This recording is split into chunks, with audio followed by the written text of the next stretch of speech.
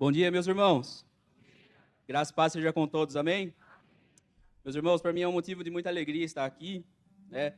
Tenho conhecido mais próximo alguns irmãos aqui da nossa santa comunidade Rocha Eterna, e Deus tem nos agraciado com essas amizades, com esses irmãos. Esse ano o Senhor nos direcionou, a congregação Lírio dos Vales, como o pastor mencionou, mais um sinal da sua graça sobre nós. E Deus nos deu a oportunidade de conhecer o pastor Neto, um homem de Deus, um homem fiel a Deus e às suas escrituras. E eu e minha família temos sido muito agraciados, abençoados por Deus por estar lá. Agora no início de 2026 estaremos fazendo o processo de nos tornarmos membros lá da comunidade Lírio dos Vales. E isso para nós é um motivo de extrema alegria, meus irmãos. Eu tenho comentado com a minha esposa, às vezes nós saímos da escola bíblica depois de um estudo das escrituras, depois de um culto, e eu comento com ela o quanto Deus tem falado aos nossos corações, o quanto nós temos visto a fidelidade do Senhor, e nesses poucos meses nós temos visto a mão do Senhor sobre aquela congregação. O Senhor tem trazido pessoas, o Senhor tem levado pessoas apaixonadas pela sua palavra, pela sua presença naquele lugar, e nós temos visto o agir de Deus. Então, este é mais um dos motivos para nós estarmos aqui num dia de ação de graças e estarmos glorificando o nome do Senhor. Amém? Agradeço ao pastor Júnior mais uma vez pelo convite de estarmos aqui. Para mim é uma alegria poder servir vocês nesta manhã e nós juntos podermos ser edificados por meio da palavra de Deus. Amém?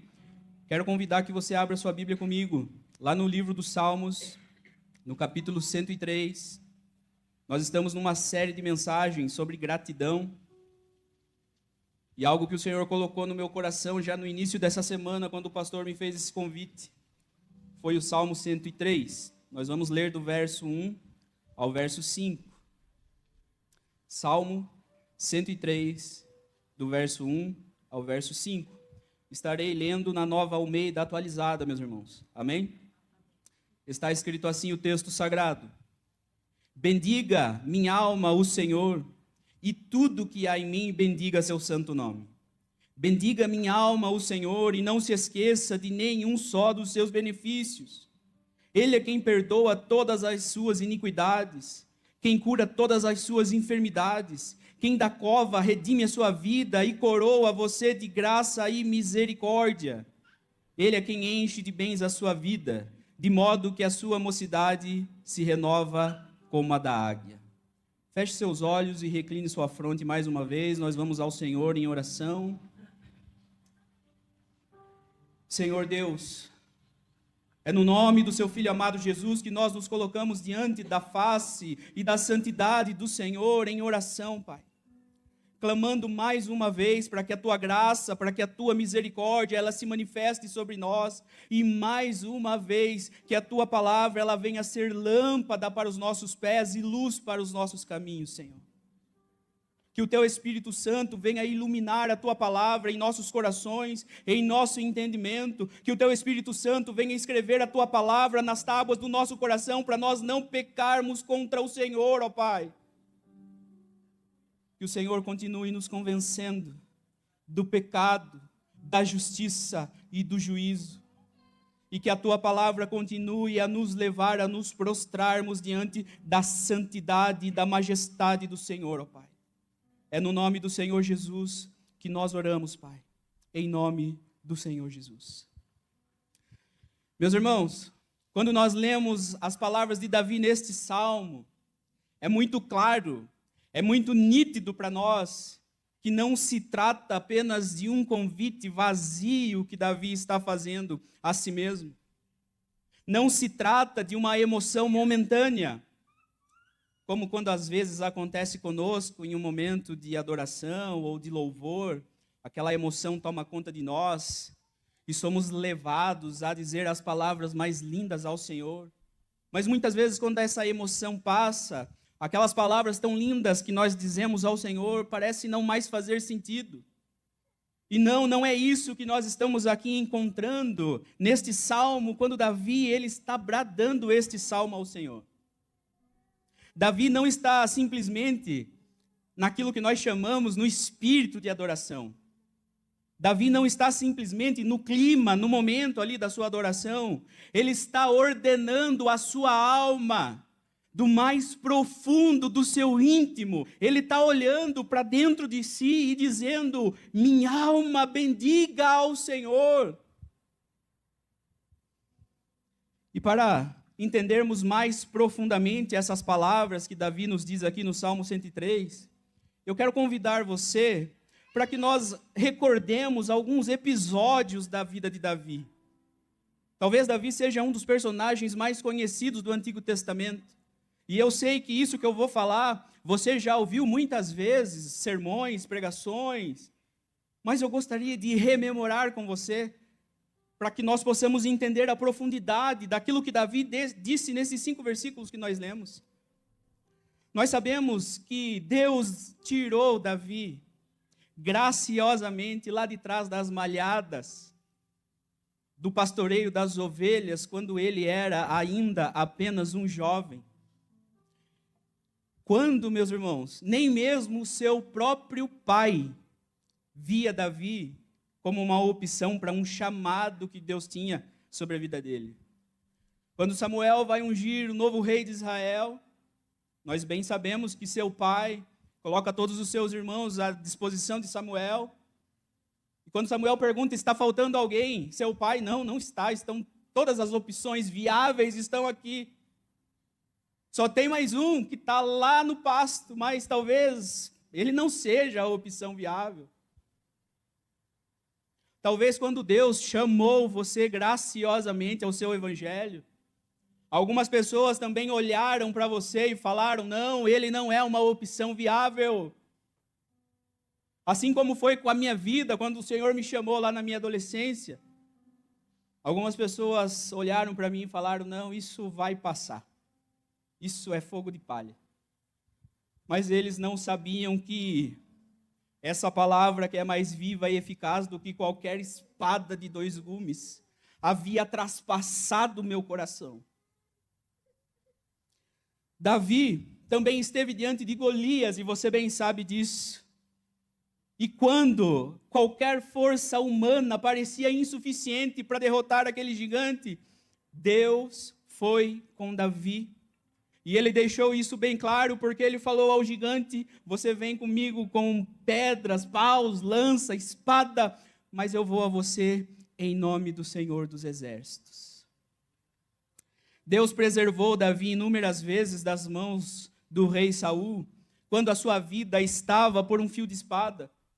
Deus o sustentou nos desertos, nas cavernas, durante suas fugas, quando tudo parecia perdido, quando tudo parecia que não tinha mais solução. Deus restaurou Davi após o seu pecado mais horrendo, após o seu pecado mais horrível, que foi adultério e homicídio.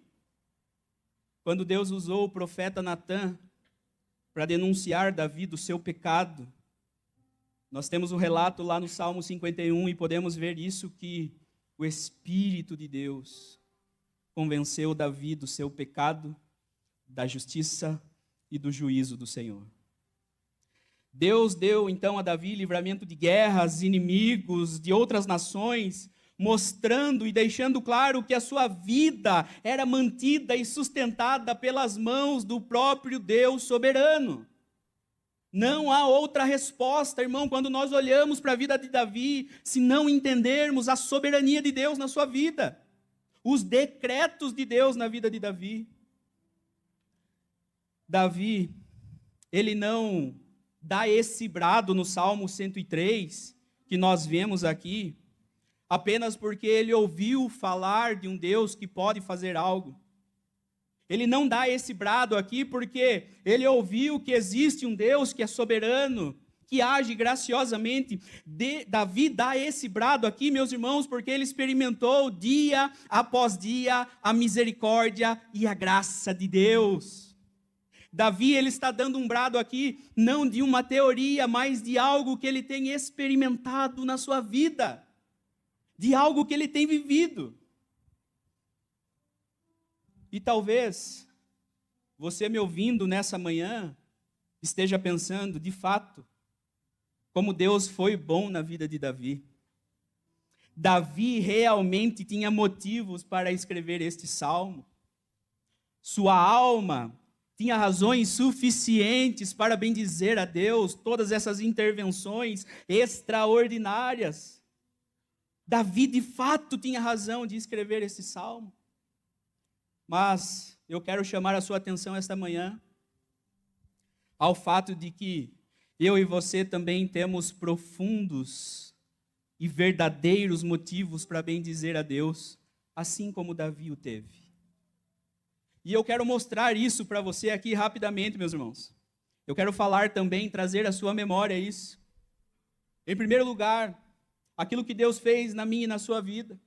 A palavra de Deus nos diz que o Senhor, de forma soberana e de forma irresistível, o Senhor nos tirou do império das trevas e nos transportou para o reino do Filho do seu amor, quando eu e você ainda estávamos mortos em nossos pecados.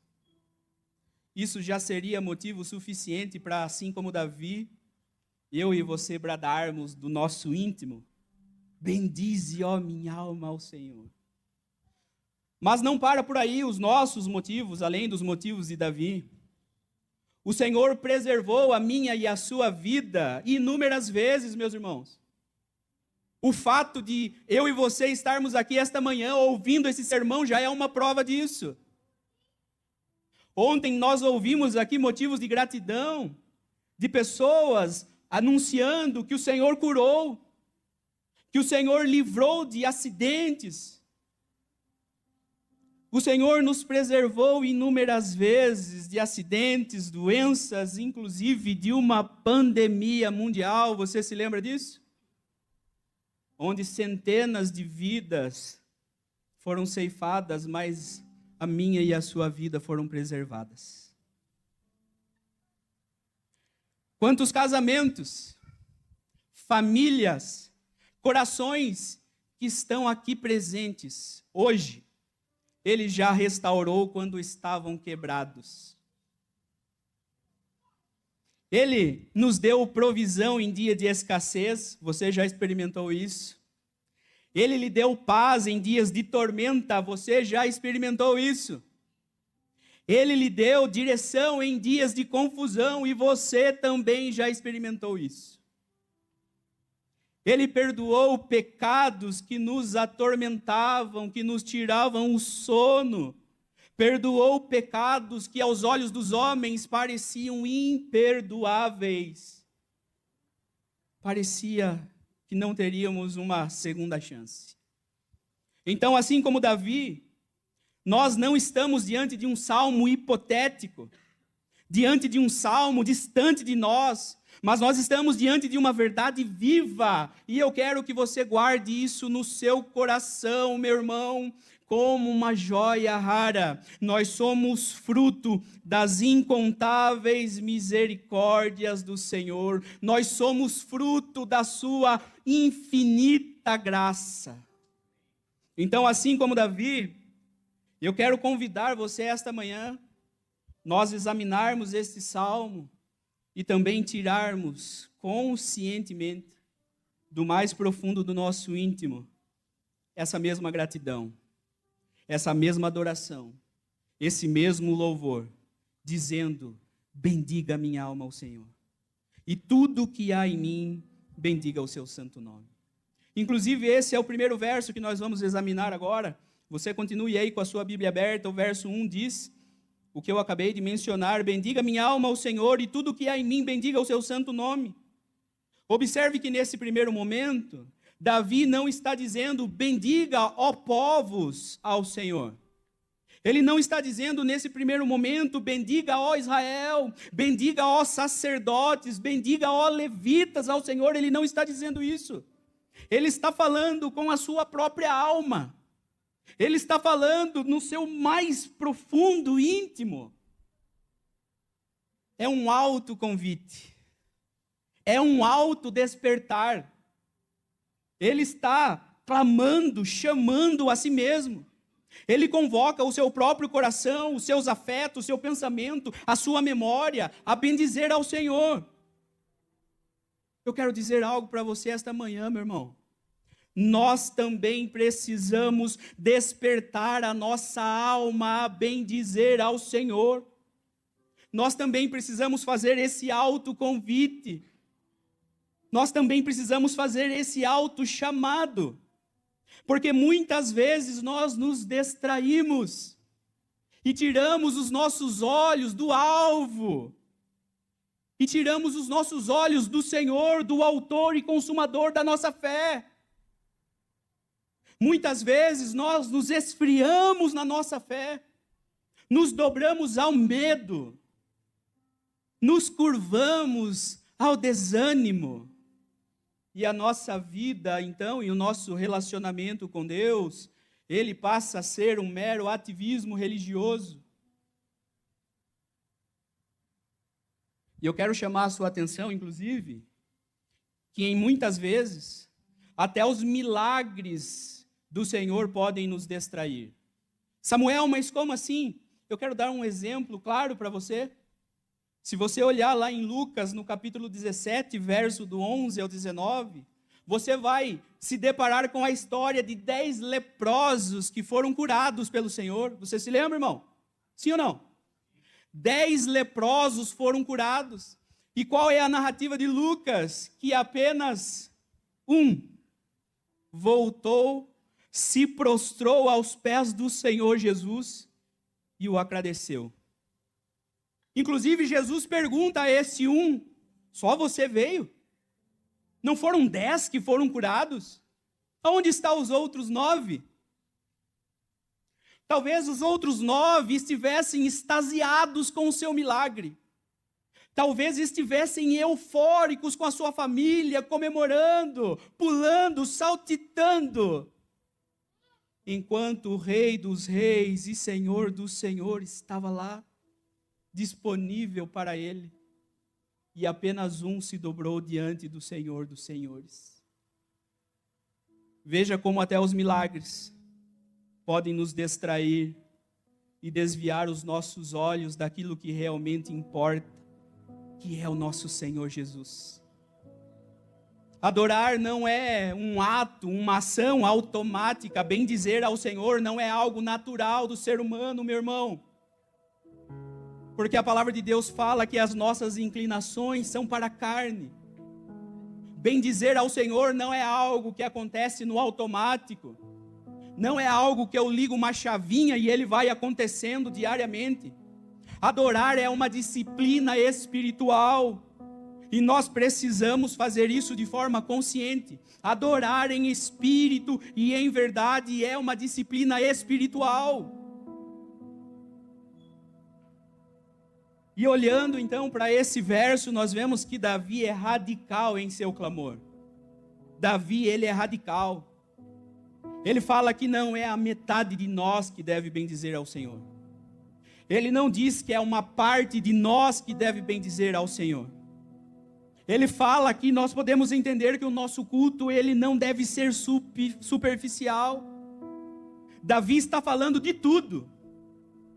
Ele está falando da sua mente, do seu coração, do seu corpo, dos seus lábios, do seu tempo, da sua vida, das suas relações. Tudo que há em mim, bendiga o seu santo nome. Tudo que há em nós precisa bendizer ao Senhor.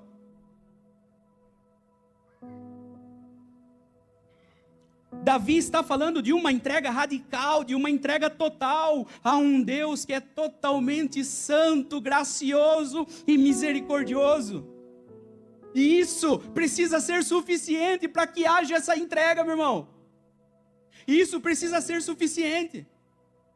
Não precisamos de mais nada. Isso deve ser suficiente para que essa entrega aconteça.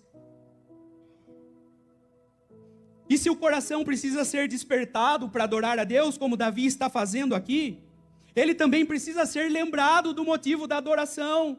É o que nós vemos no verso 2.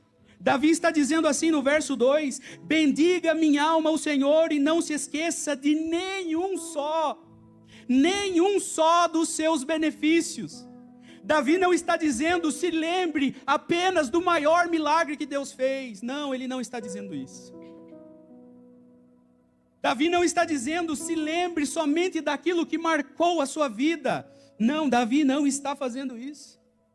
Davi está dizendo para nós não nos esquecermos de nenhum só dos seus benefícios. E o maior problema do nosso homem interior hoje não é falta de informação sobre quem Deus é, não é falta de informação sobre o que Deus pode fazer. O maior problema do nosso homem interior hoje é que nos esquecemos muito apressadamente sobre o caráter de Deus. Nós nos esquecemos muito apressadamente dos atributos de Deus. Nós nos esquecemos muito apressadamente quem Deus é e o que Ele faz. Somos rápidos para murmurar, somos lentos para agradecer a Deus. Não podemos, meus irmãos, não podemos nos esquecer dos livramentos, da restauração, do perdão, da provisão, da salvação. Se hoje nós estamos aqui respirando, com o nosso fôlego de vida, ouvindo Deus falar conosco, é pura misericórdia de Deus. É pura graça de Deus derramada sobre nós. Graça sobre graça. Graça sobre graça. E já que Davi fala para a sua alma que ela não pode se esquecer de nenhum só dos benefícios do Senhor, aqui no versículo 3 ele começa a enumerar quais são esses benefícios. Ele começa a lembrar a sua alma quais são esses benefícios. E Davi, ele começa do benefício mais excelso. E Davi começa lembrando a sua alma do benefício mais profundo de Deus na vida de qualquer ser humano. No verso 3 ele fala assim, é Ele quem perdoa todas as suas iniquidades. Esse é o benefício mais excelso. Esse é o benefício mais supremo que podemos receber da parte do Senhor. É Ele perdoar todas as nossas iniquidades. Meu irmão, eu quero que você entenda a profundidade disso aqui que Davi está falando. Se Deus... Vamos fazer um exercício aqui rápido. Se Deus nos perdoasse, porém se sobrasse uma minúscula fração de iniquidade em nós, isto já seria suficiente para nos excluir da eternidade. Porque mesmo com uma minúscula fração de iniquidade, jamais nós poderíamos passar a eternidade diante da face de um Deus que é santo, santo, santo. Jamais poderíamos entrar diante da sua santidade, na glória desse Deus que é santo, santo, santo. Mas para minha e para a sua segurança, para mim e para a sua paz no coração, Davi, neste salmo, ele deixa claro e nos assegura que é Deus quem perdoa todas as nossas iniquidades. Isaías, ele vai anunciar que o nosso Redentor, o responsável por derramar o seu sangue e nos justificar dos nossos pecados, Isaías vai dizer que ele foi traspassado por causa das nossas transgressões, esmagado por causa das nossas iniquidades. E o castigo que hoje nos coloca em paz com Deus estava sobre ele, e pelas suas pisaduras nós fomos sarados. E isto é suficiente para que nós tenhamos o perdão de todas as nossas iniquidades. Somente Cristo, nosso Senhor, é suficiente. O maior benefício que Deus realizou na minha e na sua vida, ainda que seja algo grandioso, não foi a cura física, meu irmão. Se você já experimentou uma cura física do Senhor, esse não foi o maior benefício que Deus realizou por você. Se você já teve um livramento material, se você já foi próspero pelas mãos do Senhor, saiba que esse não foi o maior benefício que Deus realizou por você. O maior benefício que Deus realizou por você é encravar o seu escrito de dívida lá na cruz do Calvário. Esse foi o maior benefício. O maior benefício do Senhor para nós foi o perdão. E isso, novamente repito, já é motivo suficiente para nós olharmos para dentro de nós, olharmos essa alma vagarosa para bendizer ao Senhor e convocarmos a ela e clamarmos a ela para que bendiga ao Senhor. Nós éramos culpados diante de um Deus santo, merecíamos a sua santa e justa ira. Mas lá em Romanos capítulo 5, verso 8, nós temos uma boa notícia. Romanos capítulo 5, verso 8, nós temos a boa notícia que Deus prova o seu próprio amor para conosco, pelo fato de Cristo ter morrido por nós quando nós éramos ainda pecadores. Meu irmão, você grita essa boa notícia por aí no seu dia a dia? É a melhor notícia que poderia sair nos jornais, em qualquer jornal. Essa é a melhor boa notícia. Talvez você abra seu aplicativo toda manhã. Espero receber uma boa notícia. Você já recebeu a melhor notícia da sua vida, que o Senhor morreu e provou o seu próprio amor por você, pelo fato de ter Cristo morrido por nós, sendo nós ainda pecadores. E nós precisamos anunciar essa boa notícia.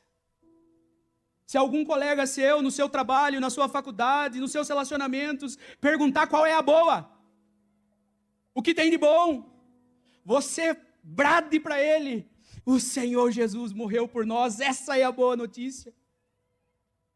Nós estávamos sujeitos à ira de Deus, mas o Senhor se entregou no meu e no seu lugar. Essa é a melhor notícia. A graça de Deus desce ao lugar mais profundo da nossa miséria e nos resgata completamente. Não sobra nada lá no mais profundo da nossa miséria. Não sobra nada. Porque Deus nos resgata completamente, perdoa todas as nossas iniquidades. Davi também declara que ele cura todas as nossas enfermidades, tanto físicas, nós sabemos porque nós já experimentamos, tanto da alma, como a ansiedade, medo, culpa, depressão, vazio. E se ele nos perdoa, nos cura, ele também nos resgata do pior destino possível que nós poderíamos ter. É o que diz o verso 4. Veja o que diz o verso 4. Quem da cova redime a sua vida e coroa você de graça e misericórdia.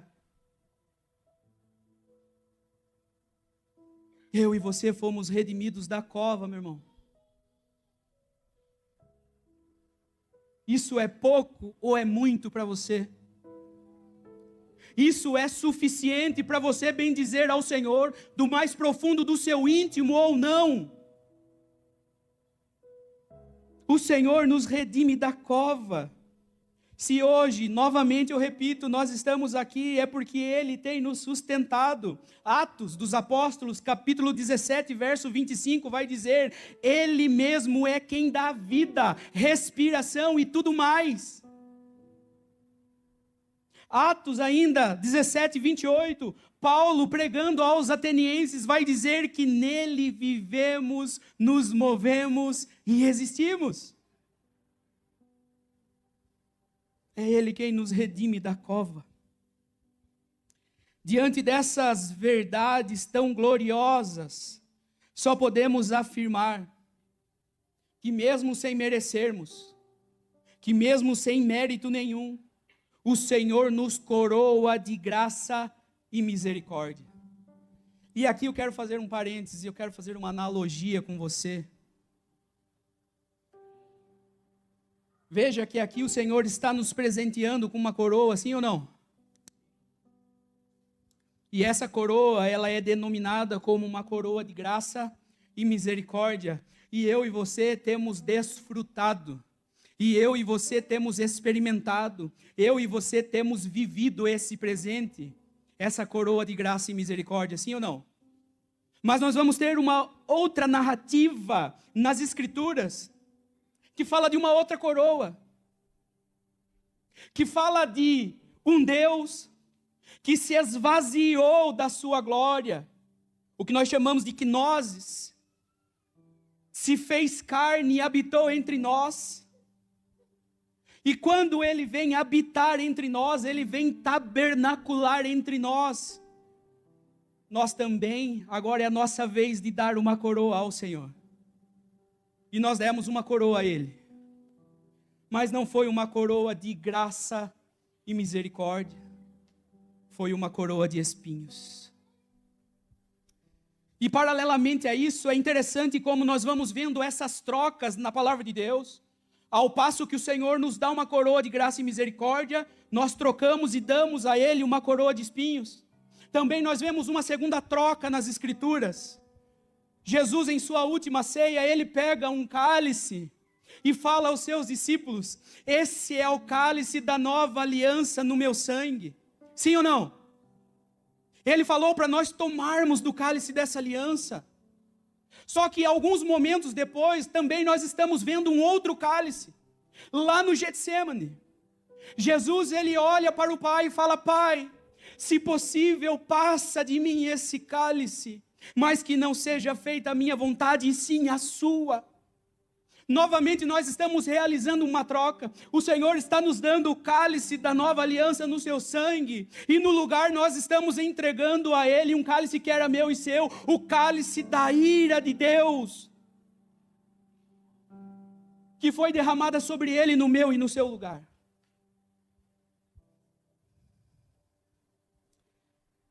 E além então de nós vermos que o Senhor, Ele nos livra e nos guarda da morte física também, nós temos a certeza que o Senhor nos livrou da morte espiritual. Paulo, escrevendo aos Efésios, no capítulo 2, verso 1, ele vai dizer: Ele lhes deu vida, quando vocês estavam mortos em seus delitos e pecados. Nós não estávamos moribundos, meu irmão. Nós não estávamos enfermos. Nós não estávamos de muleta, precisando apenas de uma pequena ajuda. A palavra de Deus fala que nós estávamos mortos. E o Senhor, então, de uma forma soberana, extraordinária, Ele nos dá vida. Assim como Ele fez com Lázaro, ali no sentido literal, conosco Ele fez espiritualmente. Do mais profundo abismo da morte espiritual, nós ouvimos a sua voz nos chamar. Então, de forma irresistível, nós viemos a Ele pela sua graça, pela sua misericórdia.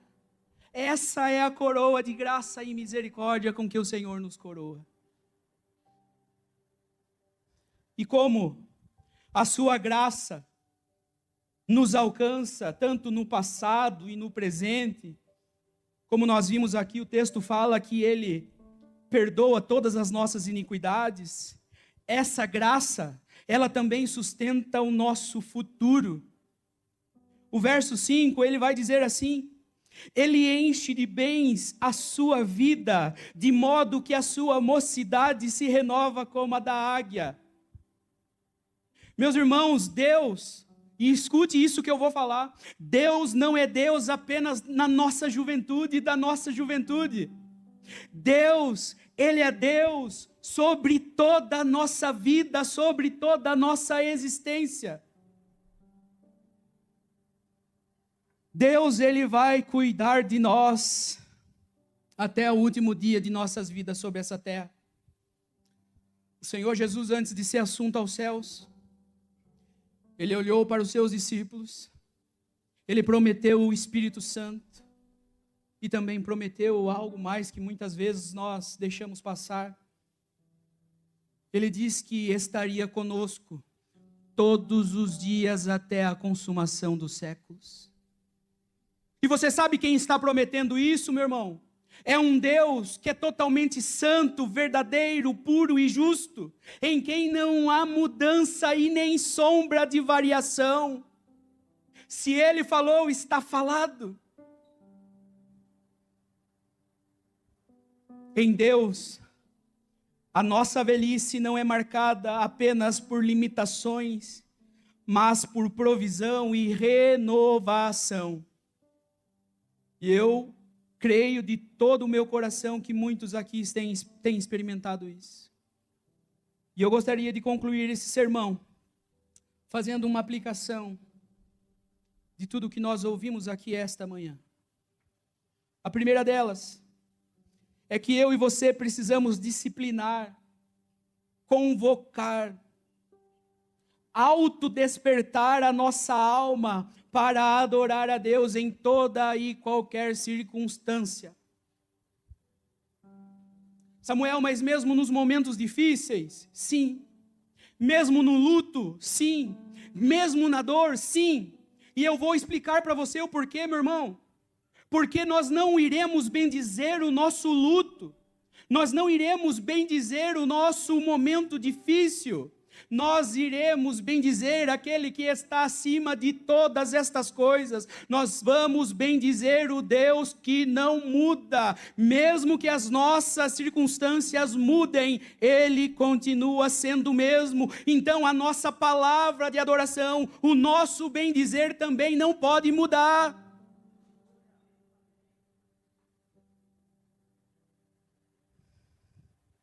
Se Davi, sendo um homem segundo o coração de Deus, precisou falar a sua própria alma para que ela bendizesse o Senhor, eu e você, com toda certeza, também precisamos. Não podemos permitir que a nossa adoração dependa do nosso humor diário.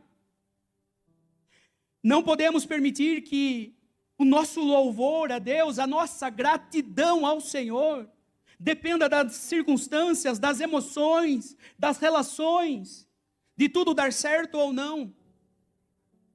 Precisamos assumir nesta manhã o compromisso de exortar a nossa alma diariamente a bendizer ao Senhor, mesmo quando ela estiver cansada ou distraída.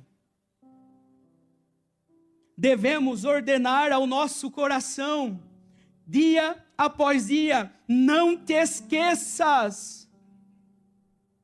Precisamos ordenar ao nosso coração, não te esqueças de nenhum só dos seus benefícios. Não se esqueça da graça da salvação, da misericórdia, do amor. Que a memória da graça de Deus seja o nosso exercício espiritual constante, para que a nossa adoração seja uma prática contínua, não ocasional, não domingueira. E para encerrar, meus irmãos, que nesta manhã maravilhosa, que o Senhor graciosamente nos concedeu, possamos exultar do mais profundo do nosso íntimo. Senhor, eu sou grato. Que diante dessas verdades fundamentais que nós ouvimos aqui esta manhã, não apenas os nossos lábios declarem, mas o nosso interior, todo o nosso ser integral. Esse é o convite de Davi neste salmo. O seu ser integral bendiga ao Senhor, e que essa adoração seja em espírito e em verdade, porque esta é uma promessa do nosso Senhor, que chegaria um tempo em que os seus adoradores adorariam em espírito e em verdade, e que essa geração seja eu e você, meu irmão. Que no momento da adoração, de fato, nós venhamos a nos entregar, a derramar o nosso perfume de adoração diante do Senhor. Chega de ficar olhando aplicativo no momento da adoração, seja de ficar limpando as unhas no momento da adoração, olhando para o teto. Nós temos motivos suficientes, graciosamente suficientes, para bendizer o Senhor em espírito e em verdade. No nome do Senhor Jesus. Feche os seus olhos, meu irmão.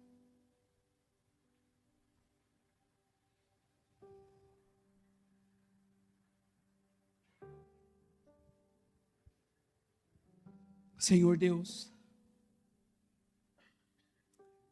nós vamos ao Senhor mais uma vez em oração.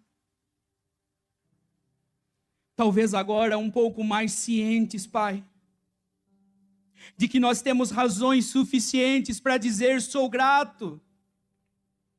Talvez agora um pouco mais ciente, Senhor, para clamar ao Senhor do nosso íntimo, da nossa alma, e bem dizer ao Senhor com tudo que somos e com tudo que há em nós. Que o Teu Espírito Santo, Pai,